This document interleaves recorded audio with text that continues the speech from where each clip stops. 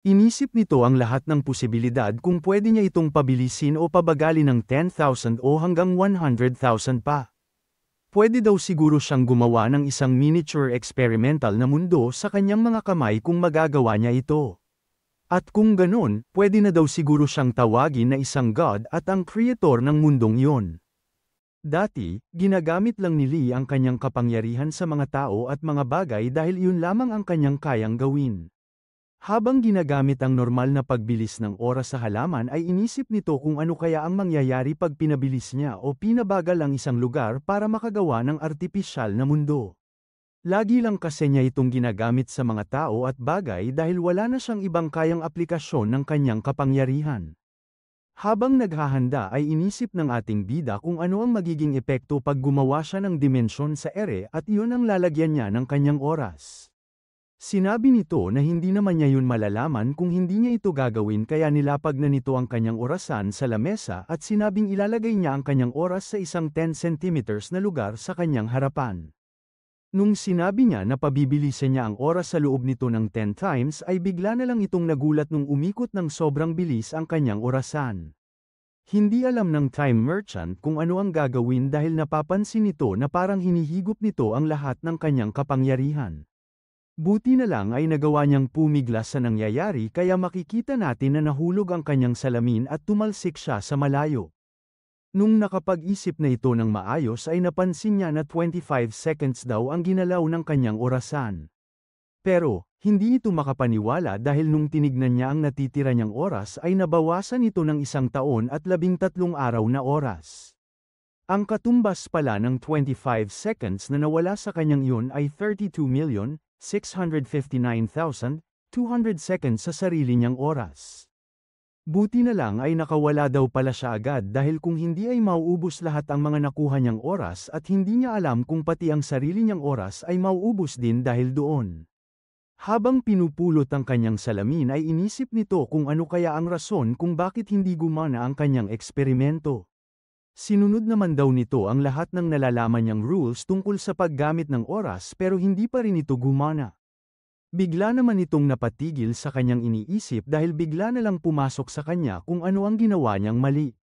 Nilagay lang daw kasi niya ang kanyang oras sa isang lugar sa ere na wala man lang kahit na anong hangganan. Gagana daw siguro ito kung iisipin niyang mabuti ang paglalagyan niya ng oras at kung paano niya ito ilalagay doon ng maayos. Makalipas ang ilang oras ng paghahanda at pag-iisip ay makikita natin na nilagay na ulit nito ang kanyang orasan sa lamesa dahil susubukan na nito ulit ang kanyang ginawa. Bago mag-umpisa ay sinabi nito na kailangan muna niyang imaginein ang isang 10 by 10 cm na cube. Pagkatapos noon ay dahan-dahan na niya itong nilagyan ng oras at napansin naman niya na walang nangyayaring kakaiba. Pagkatapos noon ay nakumpleto na ang kanyang experiment at sinabing nakagawa na rin siya ng time box sa wakas. Lumipas na ang ilang buwan at sa loob ng kanilang mga gusali ay sinasabi ng ating bida na malayo na ang narating ng kanyang Eternal Club dahil meron na silang sariling kumpanya at meron na rin silang laboratory.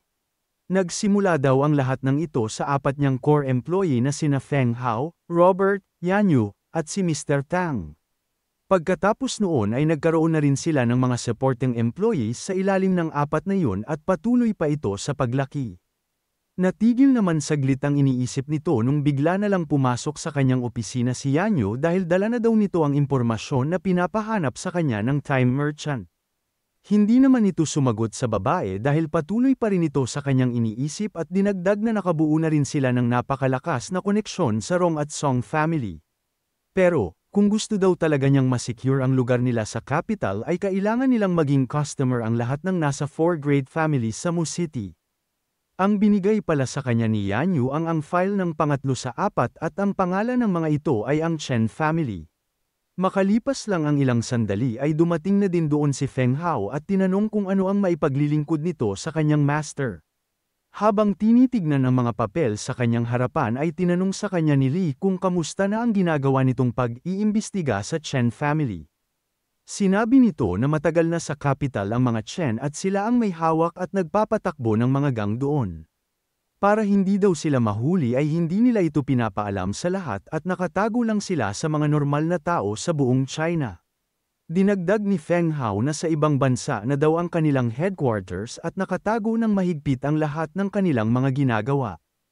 Ang namumuno sa kanilang pamilya ay ang apat na magkakapatid na sina Chen Yunping, ang pangalawa na si Chen Yunan, pangatlo na si Chen Yunsheng at ang bunso na si Chen Yunkai.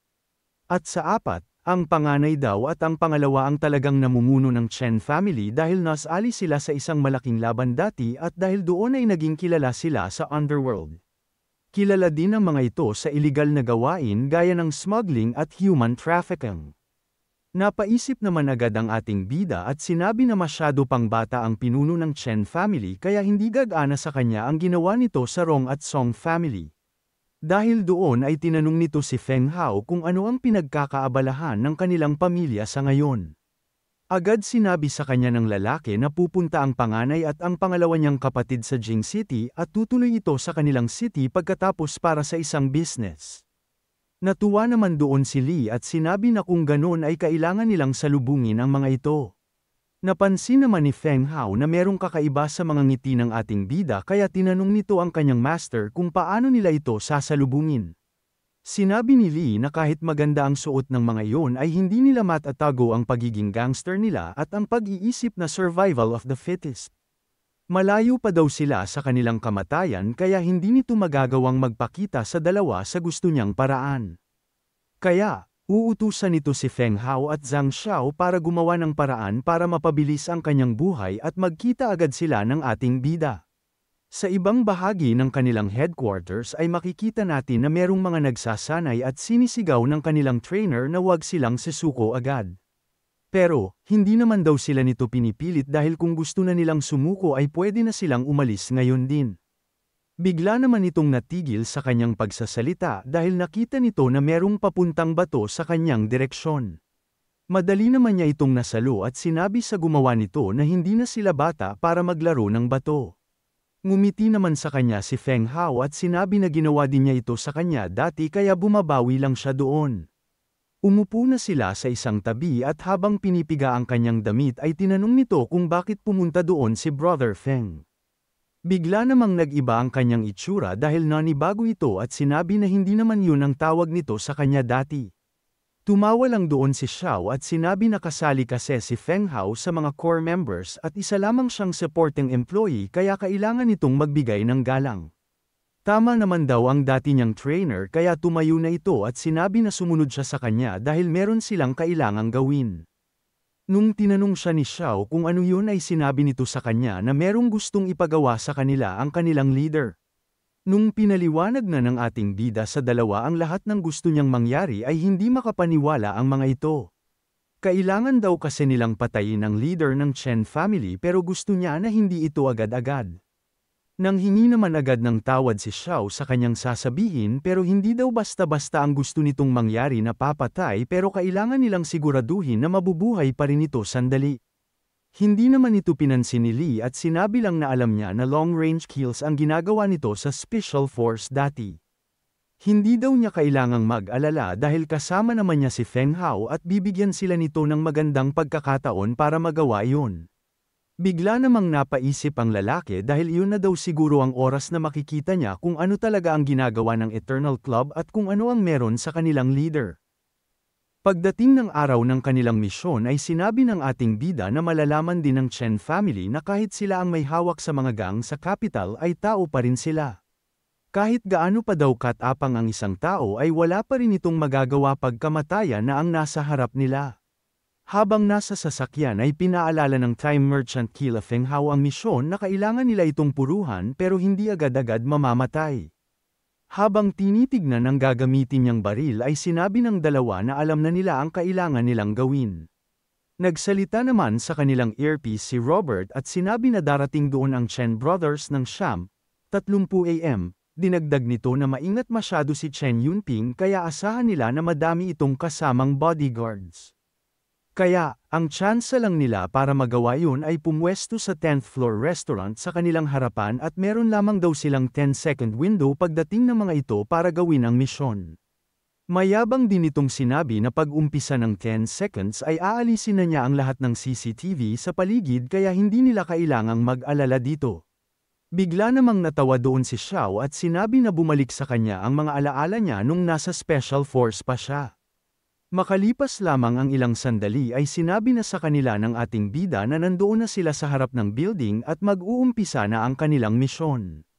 Bago bumaba ay pinabilis na nito ng 100 times ang oras nila Feng Hao para mas madali silang makagalaw.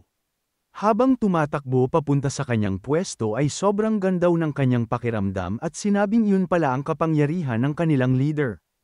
Binigay naman na ni Robert sa kanila ang signal at sinabi na darating na doon ang Chen Brothers sa mga susunod na segundo. Pagkaparada doon ng kanilang mga kotse ay sakto din na dumating sa kanyang pwesto si Xiao kaya humiga na ito para ilinya ang kanyang target. Sinabi nito sa lahat ng kanyang kausap na meron na siyang malinaw na shot at pwede na niya itong kunin kahit kailan. Bago naman niya ito gawin ay pinaalala ulit ni Feng Hao sa kanya na huwag itong papatayin agad at sinabi sa kanya ni Xiao na hindi niya ito nakalimutan.